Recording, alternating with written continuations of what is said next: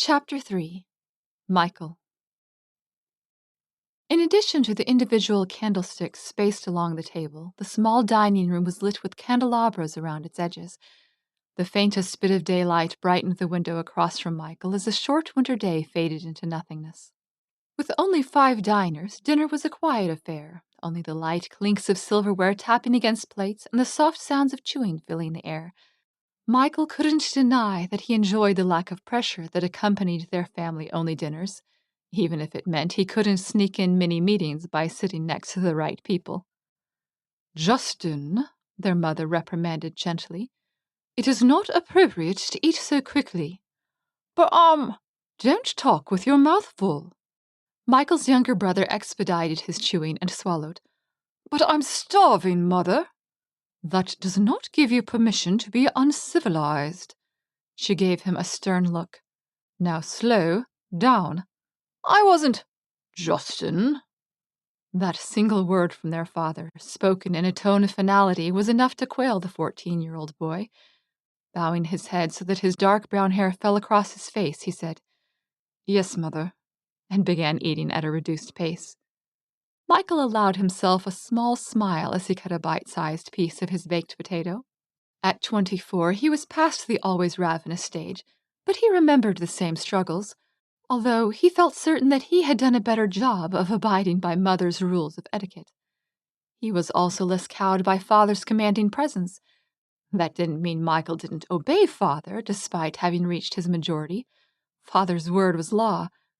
Michael's father was the King of Dara, after all. "When is a delegation from Brownor supposed to arrive, Philip? Have we heard?" Mother asked as she delicately dabbed her mouth with a napkin. "I would like to ensure the staff has the rooms freshly prepared." Looking up, Michael turned to watch as his father took a small sip of wine and placed his glass carefully on the table. Such news would have gone straight to the king, and Michael was eager for the answer as well. Ralnor was the only bright spot in the upcoming weekend. "We received one of their advance riders this afternoon," King Philip replied with his usual calm. Turning his sharp brown eyes on his elder son, he continued, "Prince Axel and Princess Catherine should be joining us for lunch tomorrow." A grin spread slowly across Michael's face. If he only had a few days left of freedom, at least he would get to spend them with his best friend. Then his mother responded, and all his enthusiasm fled. "Good. That will give them time to settle in before the ball. Michael, has the tailor finished your outfit yet? We must have you looking extra princely for the event." "Why?" he glowered.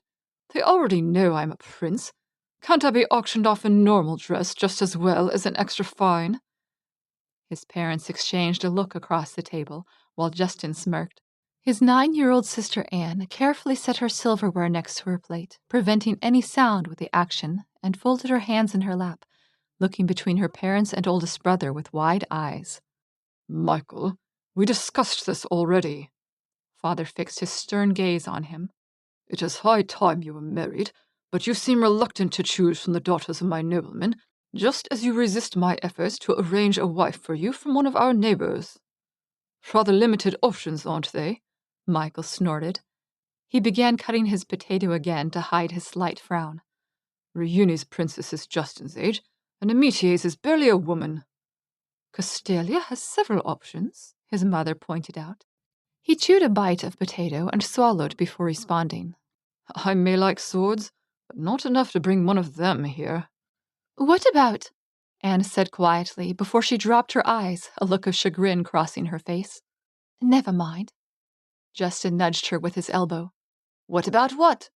She shook her head but said nothing. "Come on, Anne, what were you going to say?" "Nothing," she whispered, her eyes still on her lap. "I wasn't thinking. They don't have one anymore." Considering the course of the conversation, it didn't take much imagination to fill in the blanks.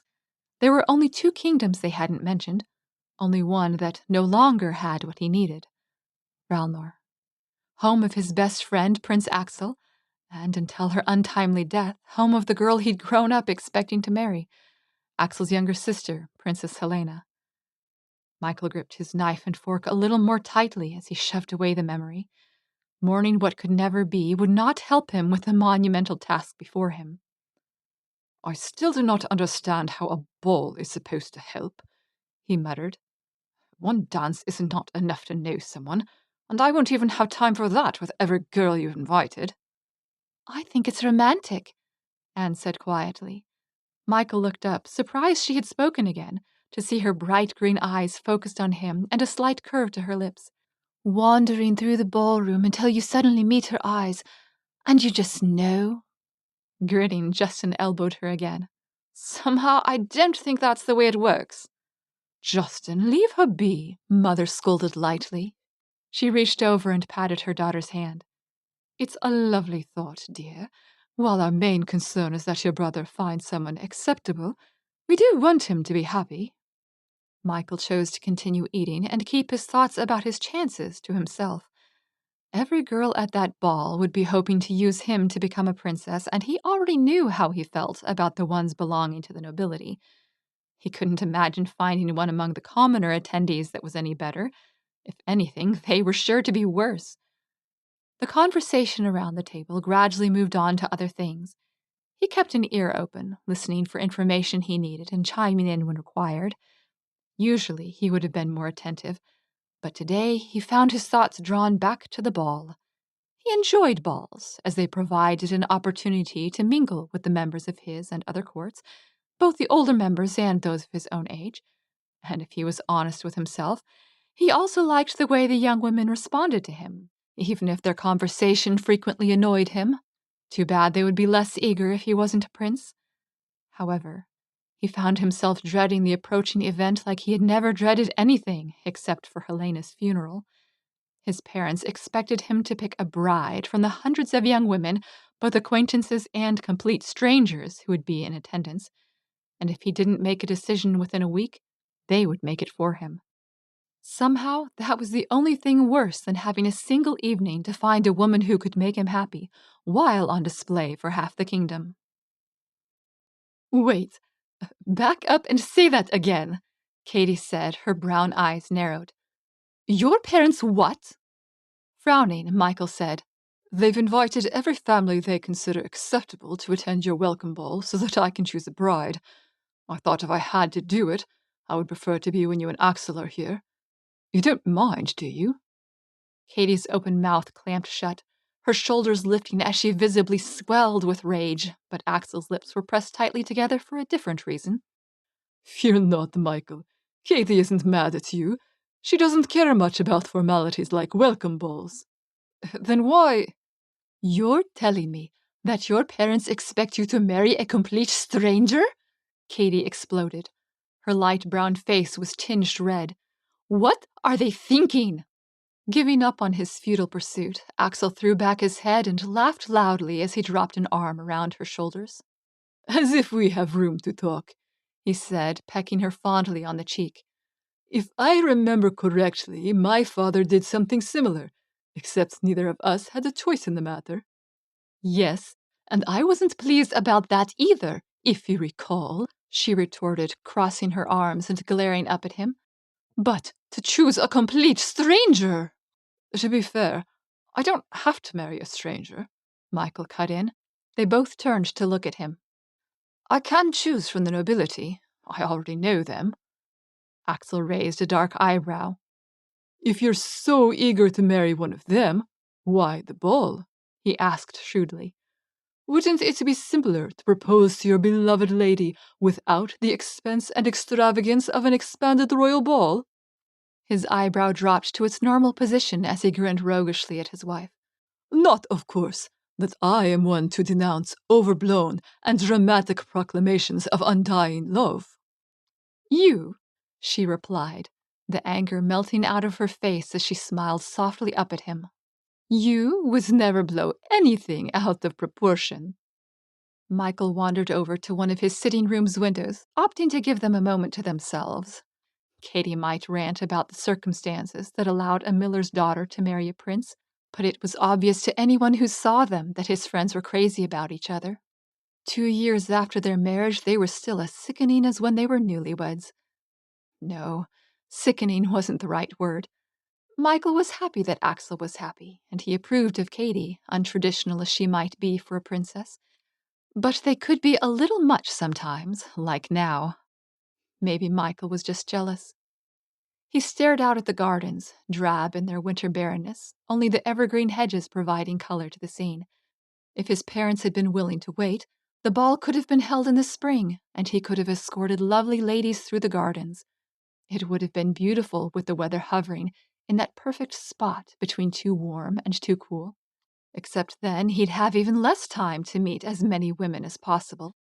He could have a brief conversation with more ladies at only a dance apiece than if he took each for a stroll afterward. Would it be better to have shallower knowledge of more women or potentially deeper knowledge of fewer women if all of them turned out to be unacceptable choices? His parents could have given him multiple balls, he thought glumly. Even if each had the same attendees, it would give him more time to meet them all and get to know any that interested him. If only I could be sure they weren't putting on an act for me, he muttered, because everyone will know who I am. So, what's your plan? Axel asked, coming up behind him and slapping him on the shoulder. You have quite the battle coming up in a few days. Can we help? He was about to give a negative reply when a sudden idea made him pull up short.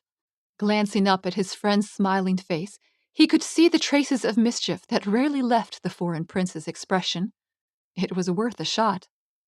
Actually, Michael turned back to the room, eyeing Katie as well. There might be something. I don't know how well it will work, though. If we can do it, we will, Katie said firmly. The situation your parents have put you in is ridiculous. Looking at Axel with a critical eye, he said, Axel, you've spent some time fooling around in the theater, right? Do you have any tricks to make your skin lighter? Lighter? Axel replied, his eyebrows raised in surprise. Just for a few hours. And is it possible to take the wave out of your hair and darken it a bit? Katie strolled up to them. I think I might know where you're going with this, she said lightly. I do hope you're planning to further change our welcome ball and make it a mask. If you could tell my mother you want one, Katie, that would be a big help, Michael admitted. She put a hand on her hip and gave him a smug smile. Leave it to me.